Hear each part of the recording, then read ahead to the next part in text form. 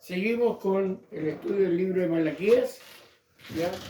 Vamos a estar recapitulando lo que vimos la semana pasada. Ya llevamos 8 mensajes de Malaquías que hablamos sobre principios y demandas que Dios hace a su pueblo. Eso es muy importante recalcar que está hablando a su pueblo. ¿Ya?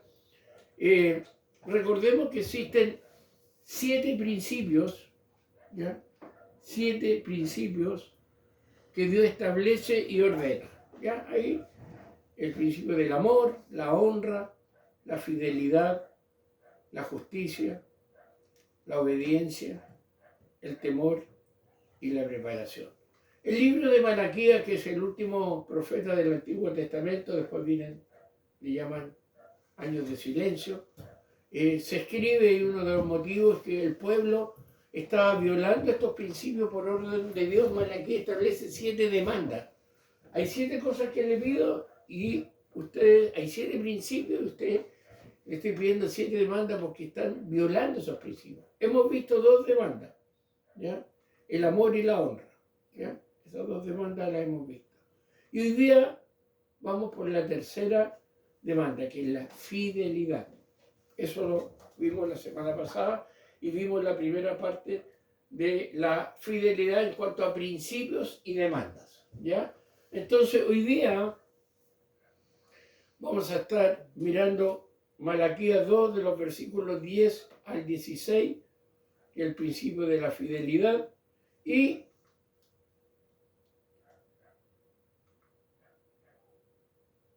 lo estamos mirando en ese cuadro. No sé si lo alcanza a leer, si no, ustedes lo tienen en su Biblia. Dice: ¿no tenemos todos un mismo Padre? ¿No nos ha creado un mismo Dios? ¿Por qué pues nos portamos deslealmente el uno contra el otro, profanando el pacto de nuestros padres? Prevaricó Judá, y en Israel y en Jerusalén se ha cometido abominación, porque Judá ha profanado el santuario de Jehová que él amó, y se casó con hija de Dios extraño. Jehová cortará de las tiendas de Jacob al hombre que hiciere esto, al que vela y al que responde, y al que ofrece ofrenda a Jehová de los ejércitos. Y esta otra vez haréis cubrir el altar de Jehová de lágrimas, de llanto y de clamor. Así que no miraré más la ofrenda para aceptarla con gusto de vuestra mano. Mas diréis: ¿por qué? Porque Jehová ha atestiguado entre ti y la mujer de tu juventud, contra la cual has sido desleal, siendo ella tu compañera y la mujer de tu padre, de tu pacto. ¿No hizo él uno, habiendo en él abundancia de espíritu? ¿Y por qué uno? Porque buscaba una descendencia para Dios. Guardaos pues en vuestro espíritu y no seáis desleales para con la mujer de vuestra juventud. Porque Jehová, Dios de Israel, ha dicho que él aborrece el repudio, y al que cubre de iniquidad su vestido, dijo Jehová de los ejércitos: guardaos pues en vuestro espíritu y no seáis desleales.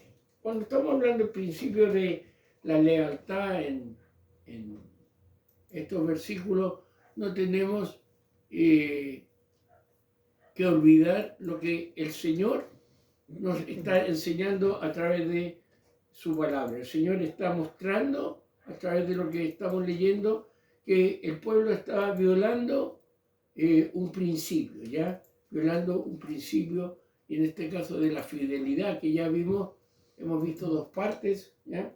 Pero que también tenemos que estar recordando, ¿ya? Estar mirando, ¿ya?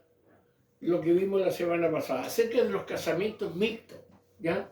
¿Qué estaba pasando?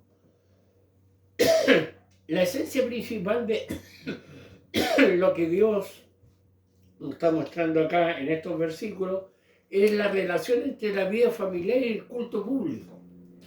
Ellos pensaban que porque iban a la iglesia o a la sinagoga y hacían tal cosa estaban bien, pero familiarmente habían problemas. En este caso, los casamientos mixtos, ¿ya? En tiempo de Malaquías había un debilitamiento grave de la familia de Dios y de la fe verdadera por causa de estas uniones desiguales, ¿ya? Y Dios no estaba aceptando el culto de su pueblo por la condición familiar de su pueblo. Le llevaban la ofrenda, todo, pero dice ahí, yo no te acepto, porque eso está mal, no estás cumpliendo esto. ¿Ya? Puede que ya era un bonito sacrificio, que sea, pero tu familia, hay un problema, hay familia, hay casamientos mixtos, y quizás lo más delicado de lo que vimos la semana pasada, muchos cristianos parece que no han entendido la relación que existe entre la vida familiar y el culto. ¿Ya? Las decisiones que se toman para la familia afectan también el culto que ofrecemos a Dios, o el servicio a Dios. Si tales decisiones no son congruentes con los principios bíblicos, no rendirán gloria a Dios. No podemos pretender agradar a Dios en el culto público si realmente nuestra vida familiar no está acorde a su voluntad. ¿Ya? Podemos llevar una gran ofrenda, podemos hacer un gran sacrificio, ir todos los días a la reunión de la iglesia, pero ¿y cómo está mi familia? ¿Hay yugo desigual? ¿Ya? Y veíamos la gravedad del yugo desigual, que estaban casados con hijas de ídolos o hijas de dioses extraños, ¿ya? Y cómo ejemplificamos esta relación. Yo sé que veíamos la semana pasada, bueno, y es mal, es pecado casarse con un inconverso. Bueno, la decisión la toma la persona, la iglesia informa, la iglesia enseña, al final el que dice ser cristiano la toma. Pero el yugo desigual, el casamiento entre un creyente y un no creyente, o un creyente y otro que tiene una fe totalmente diferente, se puede graficar de la siguiente manera, veíamos. A veces es tan obvio lo que va a pasar. Prometo jamás lastimarte. Ella dice, bueno, pero hay un problema en la naturaleza. Es un cactus. Si va a saltar, la va a dañar. ¿Ya? Y veíamos que en la práctica pasa. No es... Ahora, hay una excepción, porque veíamos el caso, yo me casé con un hombre inconverso y llegó a ser pastor, pero es la excepción de la regla. 9 casos más lo contrario, comúnmente se alejan de la fe, se alejan de la comunión con Dios. Y muchos yo he escuchado de hermanos, ¿sabes? Que prefiero, qué sé yo, no estar en la iglesia, o prefiero no servir a Dios, o prefiero hacerle caso que tenerle enojado todo el día. O viceversa. Entonces veíamos que eso era una de las cosas de la infidelidad de Dios. Bueno, hoy día, siguiendo con principio y demanda, vamos a ir a los versículos 14 al 16 del libro de Malaquías. Vamos a ver la tercera parte del principio de fidelidad, vamos a terminar de verla. Y aquí está del 14 al 16. Ya lo leímos, ¿ya? Pues hay unas cosas interesantes de lo que va a estar hablando, o nos va a estar hablando la palabra de Dios. Decía, ustedes son infieles, son desleales porque están casados en casamientos desiguales, con inconversos. Y hoy día nos va a decir otra cosa. Eran 2 puntos. Matrimonios mixtos y divorcios, ¿ya? No justificados. ¿Ya? Yo sé que hoy día, si la semana pasada me tiraban piedra, hoy día me van a tirar ladrillo, porque son 2 temas supuestamente sensibles. El casamiento con inconversos y el divorcio. ¿Ya? Pero vamos a ver qué dice la palabra del Señor hoy día, el repudio que le llaman. ¿Ya? Ahora, Dios denuncia claramente en estos versículos el segundo pecado de su pueblo que lo lleva a la infidelidad. Su pueblo. Esto no lo podemos aplicar en converso, está hablando con su pueblo. Usted dice, soy hijo de Dios, bueno, coloque atención. ¿Cuál es el segundo pecado? Los divorcios injustificados. Usted dirá, pero entonces hay divorcios justificados. Calma, tranquilo, ya vamos a llegar a eso. Pero eran los divorcios injustificados y hasta los sacerdotes están metidos en la modalidad. ¿Ya? Ahora, ¿cómo lo llevan a cabo? Ay, es interesante estudiarlo. Miren, los judíos estaban rompiendo con su matrimonio sin ninguna razón válida, solo con el propósito de casarse con mujeres extranjeras. Según el versículo 13, lo más probable es que los sacerdotes hacían lo mismo. O sea, no era solo divorcio, por eso era injustificado. Dejar la mujer de su juventud, la de su pueblo, por una mujer extranjera. ¿Ya? Bueno, este pecado es demandado por Malaquías en el contexto del culto. Ellos dicen, si ustedes están mal en la casa porque hay matrimonio mixto, dos creencias diferentes, ¿cómo van a traer ofrenda al culto público? Y si ustedes han hecho un divorcio, están en un divorcio injustificado, han sido desleales con la mujer de su juventud, la que Dios le entregó, ¿cómo me traen ofrenda al culto? Ofrenda no me refiero solamente a plata, sino a su presencia, su participación.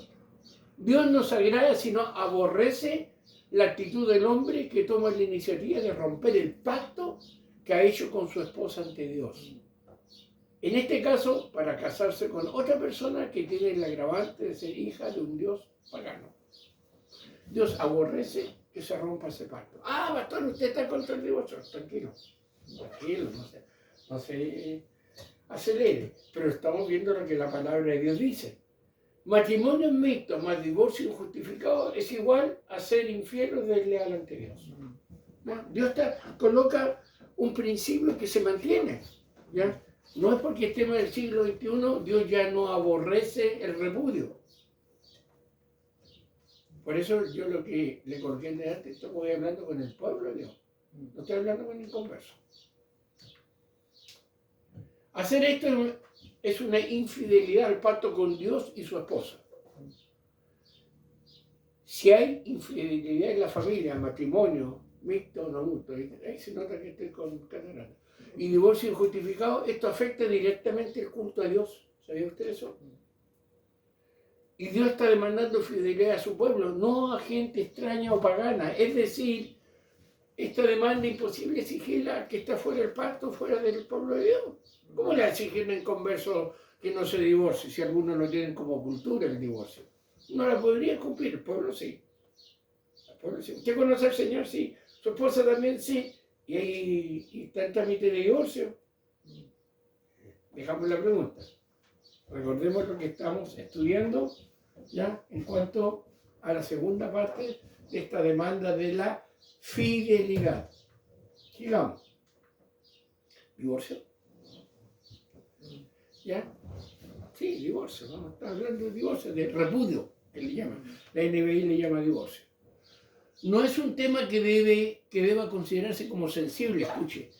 Como en muchas ocasiones se ha hecho, más bien es un tema bíblico que debe abordarse con claridad. No sensible, sino abordarse. Dios habla a su pueblo. ¿Eres parte de él? Sí, ya, entonces escuche. Quienes consideran el divorcio como un tema sensible, que hay que tener cuidado de tratarlo, es porque piensan que el divorcio de alguna manera debería ser tolerado por la Iglesia. Sin embargo, la opinión bíblica dista mucho de esta errada opinión personal y honesta. Siempre los que están sensibles tienen una justificación. Se van a divorciar o se han divorciado. Yo todavía me acuerdo que cuando pertenecimos a otra organización una vez hicieron una pregunta. ¿Usted aceptaría a un misionero que es divorciado? Estoy hablando de años atrás. ¿Ya? Una pregunta y no sé cuál fue la respuesta de todos los países que preguntaron. ¿Ya? Ahora, si estaban preguntando porque a lo mejor estaban postulando, habían personas en esa condición. ¿Se acuerdan? Siglo XX, Cambalache. Cambalache, desorden, enredo todo. Eso es lo que estamos viendo. Le coloqué 21 al lado para actualizar la canción, pero vivimos en tiempos postmodernos en que la conducta de las personas se ha vuelto tan relativa como sus mismos límites de conducta. El relativismo hoy día manda para todo. Y lamentablemente entró a la iglesia también y a la exposición de la palabra depende. El depende. ¿Ya? Puede ser. Hay que contextualizar, hay que modernizarse. ¿Ya? Eso era cuando estaba Cristo. Y todos esos argumentos se están presentando. Dios habla a su pueblo, ¿eres parte de él? Ya. Uno de los signos de este relativismo se refleja en la insensibilidad humana ante los actos como el divorcio. Las personas, un gran número de cristianos, han llegado a pensar que el divorcio y sus mal incluidos no son tan malos como se piensa, ¿no? No le resultó. Y si no le resultó, ¿para qué va a estar con alguien que no le resulta si no es feliz? Más con la última frase, si no es feliz. ¿Se ha dado cuenta de eso? Yo todavía no conozco persona que se ha divorciado porque era feliz y porque era infeliz, ¿ya? Supuestamente.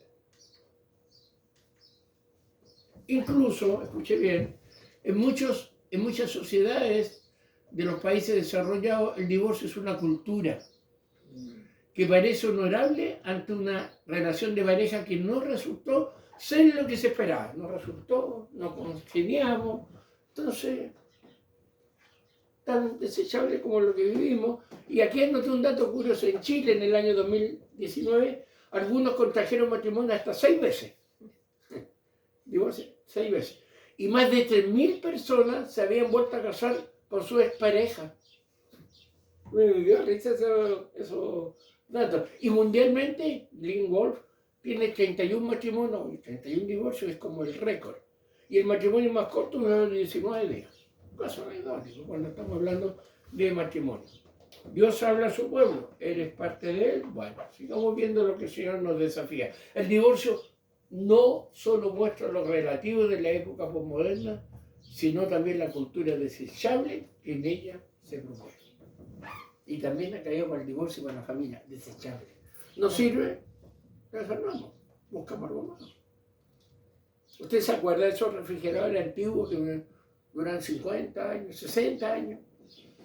Se aburrían. Ahora, ¿cuánto duran? Desechable. Y lamentablemente las relaciones también de hombre y mujer, que hay que aclarar, mencionar los dos, también se están tornando desechables. ¿Ya? Nada es duradero y tampoco se espera que lo sea.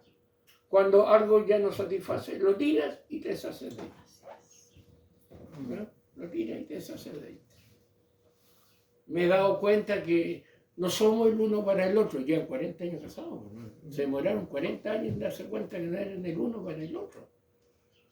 ¿Ya? Todavía otro caso que no conozco, que alguien se divorcie para casarse con una persona mayor que él. Pues no conozco ese caso, siempre es menor. ¿Ya? Esa es la actitud que toma una pareja que se divorcia. Tira a la basura el pacto que habían realizado. Estoy hablando de cristianos. Pero pastor, usted no está viviendo en mi situación y no. Pero usted es cristiano, sí. Usted es cristiano, sí. Conoce un Dios que sí. Conoce las promesas y sí. Y no, es que, mire, lo que me hizo, o sea, no puede perdonarlo. Se da cuenta que nosotros asumimos una condición y después no lo usamos. Ah, usted no puede perdonar. ¿Cuántas veces lo defraudó él o ella? ¿70 veces 7? Dios nos sea ayudando. La sociedad ha hecho de esta práctica, el divorcio, algo tan común que si es realizado bajo protocolos de entendimiento, es visto como una forma honorable de finalizar una relación en la que dos personas hicieron su mejor intento de vivir juntos, pero no resultó. Por eso es tan importante lo que vimos la semana pasada. Si te metes en una relación mixta o te casas con la persona que no es para ti, se puede llegar a esa condición. Pero si es tú, quien Dios colocó, es diferente. Todo esto suena muy bien, ¿verdad? Justificable. Intentaron, fueron a terapia de grupo, fueron a hacer... no les resultó. Entonces se divorcian. Pero lamentablemente eso no es lo que la Biblia dice sobre el divorcio. ¿Eres pueblo de Dios? Está hablando el Señor. No está hablando nosotros a través de estos principios y demandas que tenemos que colocar mucha atención. Ustedes son infieles porque ustedes tienen matrimonio mixto y ahora porque ustedes hacen divorcio injustificado. ¿Sabe qué me gustó esto? Una creyente, abogada, autora de varios libros, buena estudiante de la Biblia y todo, dice lo siguiente. Dice, jamás he realizado un divorcio durante mi ejercicio profesional como abogada y notario. Y nunca lo haría por ninguna razón. No lo hago por ética cristiana, en parte así. Pero la razón principal es porque Dios aborrece tal acto. Y yo no quisiera ser el instrumento por el cual se realice tal acto detestable ante sus ojos. Me gustó el aporte que ella hizo. ¿Ya? ¿Cree que estoy exagerando? Dice ella. Recuerde que aunque la sociedad humana cambie y tolere algunas prácticas, Dios no cambia, es inmutable. Su palabra no cambia. Y le ha dicho que aborrece el repudio, Malaquías 2:16, de lo que leemos hoy día, o, como la NBI dice, yo aborrezco el divorcio. Y ante tal reflejo de su alta moralidad divina, no hay cambio. O sea, Dios no está diciendo, ahora mira, estamos en el siglo XXI, podría no aborrecer el divorcio. Lo aborrece. Así como Dios aborrecía el acto de divorcio en tiempo de Malaquías, lo sigue aborreciendo en nuestros días. Dios lo aborrece. Entonces, ¿cuál es la razón de este sentimiento tan fuerte de rechazo de Dios sobre el divorcio? ¿Cuál es la razón? Bueno, la razón principal, que si Dios está hablando a su pueblo, es la siguiente. Es que tal ruptura se ofende a la fidelidad al pacto. ¿Por qué? Escuche bien. Un Dios santo está siendo ofendido por dos personas que deciden, por su propia iniciativa, finalizar una relación de la que Dios fue testigo y garante. ¿No te acuerdas cuando te casaste? No es que yo no casaba con la iglesia. ¿No te acuerdas? ¿Quién es garante? Dios. Y tú estamos violando ese pacto que hicimos ante Dios. Entonces no nos confundamos más.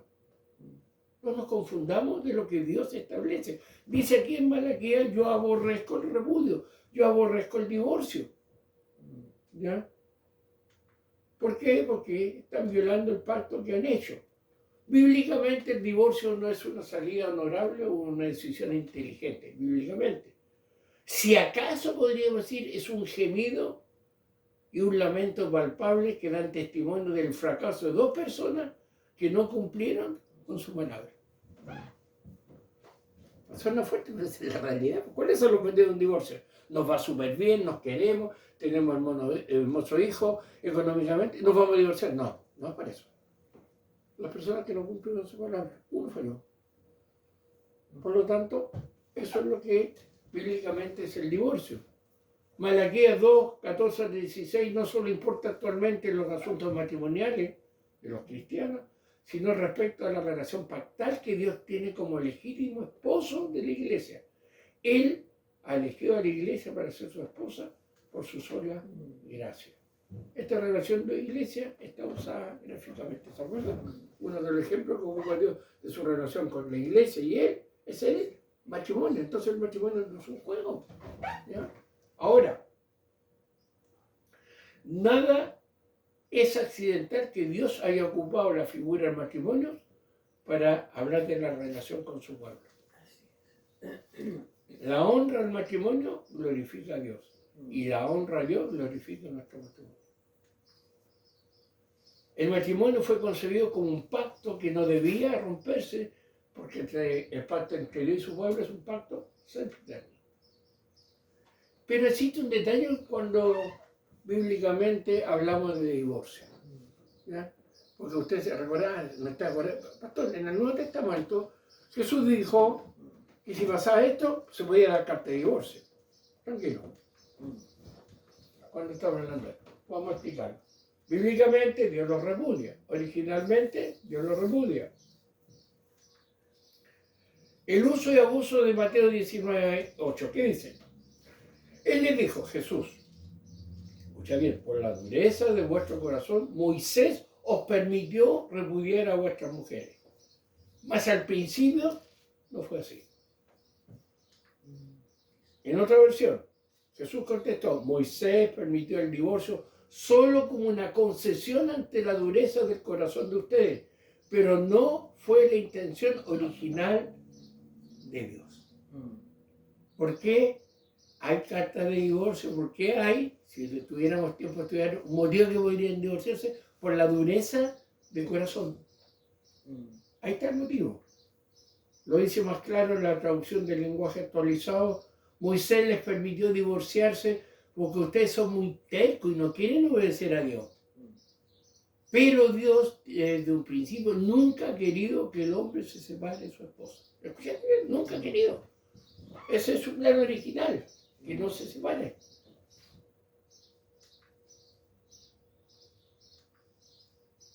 Pregunta, ¿por qué pues mandó Moisés dar carta de divorcio y repudiarla? Entonces, ¿por qué? Veamos. Los fariseos pensaban equivocadamente que Dios exigía divorcio donde había inmundicia, decían ellos. Un dicho rabínico de ese tiempo decía, si un hombre tiene una mala esposa, es un deber religioso el divorciarse de ella. Entonces, Jesús notó la diferencia entre mandó y permitió. Dios nunca manda a que haya divorcio, pero sí lo permite. Y que Dios lo permita no significa que está de acuerdo. Ah, ¿cómo, pastor? Cuando tú pecas, es algo que Dios está de acuerdo, no, pero lo permite porque tú estás tomando la facultad de pecar y te haces responsable. Bueno, el divorcio no es un mandato de Dios, pero habría un permiso. ¿No? No lo vamos a ver el tema, pero recordemos, la dureza de vuestro corazón, es el motivo. El pensamiento no es tanto de la crueldad de los esposos hacia su esposa. Mire, el divorcio que Dios dice se puede dar, no es porque uno sea cruel o el otro sea cruel o infiel, no, sino de no responder a la mente y a la voluntad de Dios por la dureza de vuestro corazón. Hay esta excepción. Así lo dijo y lo dice el Señor. El divorcio nunca se debe pensar como en algo que es ordenado por Dios, una opción moral neutral, sino como una evidencia del pecado y de dureza del corazón. ¿Por qué llegan a divorciarse? Porque no se perdonan. ¿Por qué llegan a divorciarse? Porque me la hiciste y no te la perdono más. Yo te dije que si me hacía eso. Porque piensan que no se puede haber perdón y restauración. Piensan que no es posible. Entonces por eso se divorcian. Entonces están dando evidencia de una dureza y un pecado. Pero hablando de cristianos. Dijimos entonces, el matrimonio fue concebido como un pacto que no debía romperse, porque el pacto entre Dios y su pueblo es un pacto sempiterno. De esta forma entendemos cuando leemos guardaos pues en vuestro espíritu, al final del 16, que expresa el deseo de mantener la unidad pactal que procura el Espíritu Santo, lo cual implica no romper el vínculo del matrimonio, no romper. Hermano, cuando uno he visto casos, los argumentos son muy humanistas, muy egoístas. ¿Ya? Y lo vamos a ver. No debe olvidar, Moisés les permitió divorciarse porque ustedes son muy tercos y no quieren obedecer a Dios. Pero Dios desde un principio nunca quería que el hombre se separe de su esposa. Además, dijimos que el divorcio nunca se debe pensar como en algo que es ordenado por Dios, una opción moral neutral, sino como una evidencia del pecado y de dureza del corazón.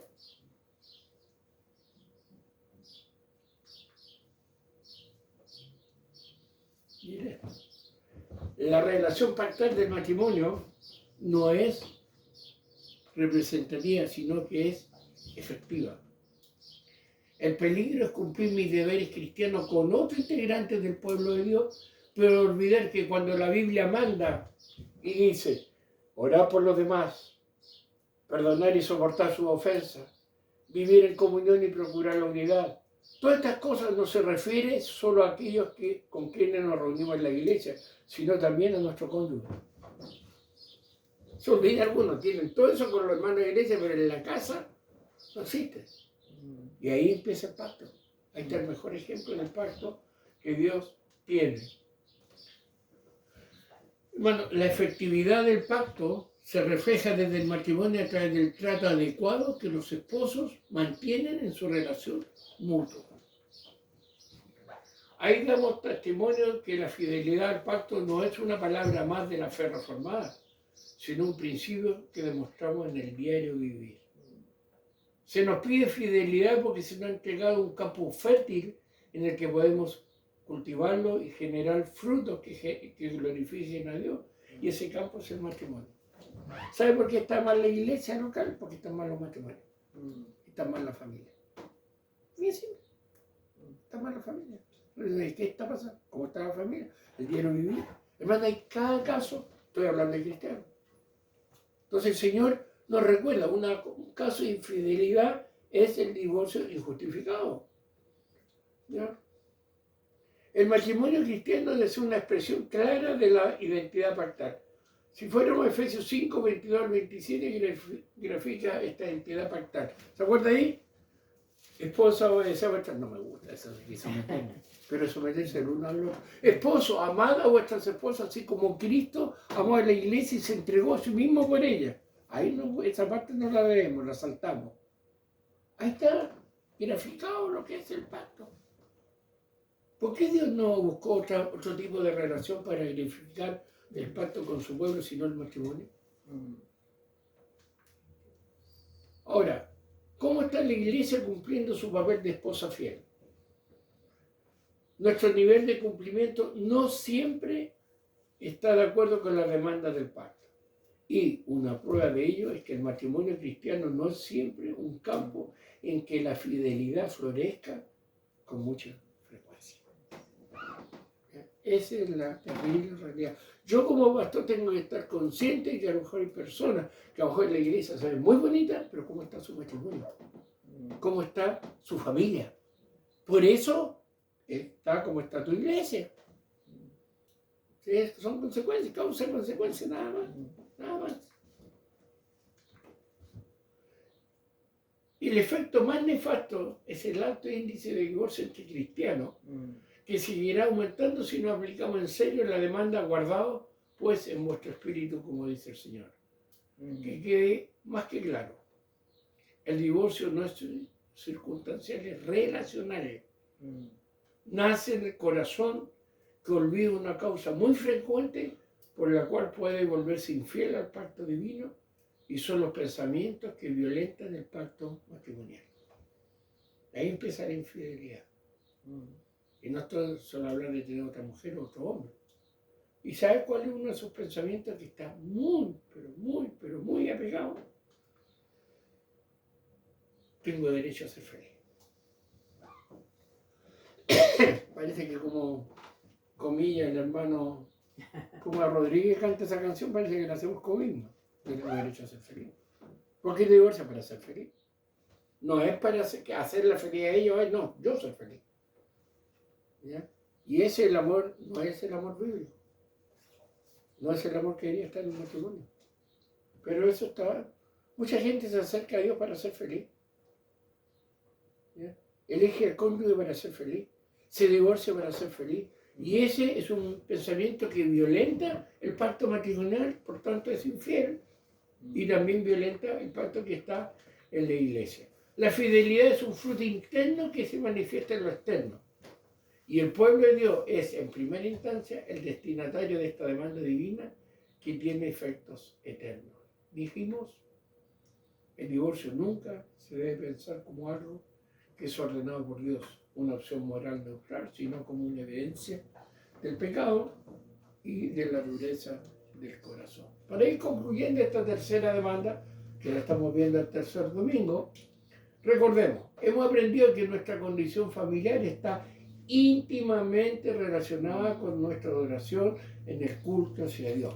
O sea, si yo familiarmente estoy mal, Dios no recibe la adoración que yo le entrego. Así de simple, como veíamos que no recibía la ofrenda que le llevaba. ¿Ya? Ahora, familia y culto a Dios no son categorías separadas ni tienen que separarse. Más bien, todo cuanto se nos pide para el matrimonio es por causa de la esencia representativa que esa unión posee. La fidelidad en el matrimonio es una virtud integral que no está limitada a lo que vemos, sino a lo que somos como personas. Debemos expresar fidelidad a nuestro cónyuge a partir de los pensamientos. Pues como expresó el teólogo puritano Thomas Watson, un hombre no se mantiene casto teniendo una mujer, sino amando una mujer. ¿Ya? La fidelidad no es una categoría de apariencia, sino de vivencia y relaciones cultivadas en la vida diaria. Frente a la creciente crisis matrimonial que afronta el cristianismo postmoderno, debe levantarse el remanente fiel que proclama con su propio ejemplo que aún es posible ser fiel poniendo al Dios del pacto por preeminencia. el Señor nos ayude. Estos desafíos que nos da. Dios no ha cambiado su palabra tampoco, y no porque estemos en el siglo XXI, Dios no va a seguir aborreciendo lo que aborrece. Y va a seguir amando y bendiciendo lo que ama y bendice. El Señor nos sea ayudando. Entonces recordemos nuevamente los principios y las demandas, ya que están ahí. Que vimos que a través de Malaquía, y como el pueblo falló, hay 7 demandas. Hemos visto 3, amor, honra y fidelidad. Y nos falta la 4ª demanda, que es justicia. Y si usted quiere ya leer antes, vaya a Malaquías 2:7 al 3:6. ¿Eh? Habían fallado en amor, habían fallado en honra y en fidelidad. Y ahora vamos a ver que fallaron también la parte de justicia. Eran 5 comentarios. Y eso es lo que Dios nos va a desafiar. El Señor nos ayude a poder mantenernos tomados de la mano de Él para poder adorarle en todo momento. ¿Tu matrimonio está bien? Gloria a Dios. Estás rindiendo culto a Dios correctamente. ¿Eh? Tu matrimonio está mal, aunque hagas lo que hagas en el culto público, Dios no lo recibe. ¿Has sido fiel en tu relación conyugal? Dios lo toma como infiel a su pacto, no te lo recibe. Dios nos ayude. Oramos. Señor, ayúdanos en esta mañana, en este momento. Ayúdanos a poder tener ese corazón dispuesto de nuestro matrimonio, de nuestra esposa, de nuestro cónyuge. Señor, no es fácil, pero permite que nuestros pensamientos estén invadidos por tu palabra y que podamos no olvidar que la relación matrimonio-familia afecta a la relación culto público. Ayúdanos a ser representantes tuyos donde estemos y a ser un testimonio. Gracias por nuestro cónyuge. Señor, aquí hablaba de que hay una traición a la mujer de mi pueblo. Estamos diciendo muchas veces, Señor, cuando aparece el fantasma del divorcio, porque aparece el fantasma del egoísmo. ¿Ya? El fantasma que el yo quiero ser feliz, yo quiero estar tranquilo, yo no quiero que moleste, siempre el yo, y no buscamos tu voluntad. Bendice a tu pueblo, aquellos que a lo mejor han estado en riesgo de divorciarse, o hasta ha cruzado por su mente, o algo está pasando en su familia, en su matrimonio. Señor, tú sé encaminando esos matrimonios para tu gloria. Ayúdanos y bendícenos. Te lo pedimos en el nombre de Jesús.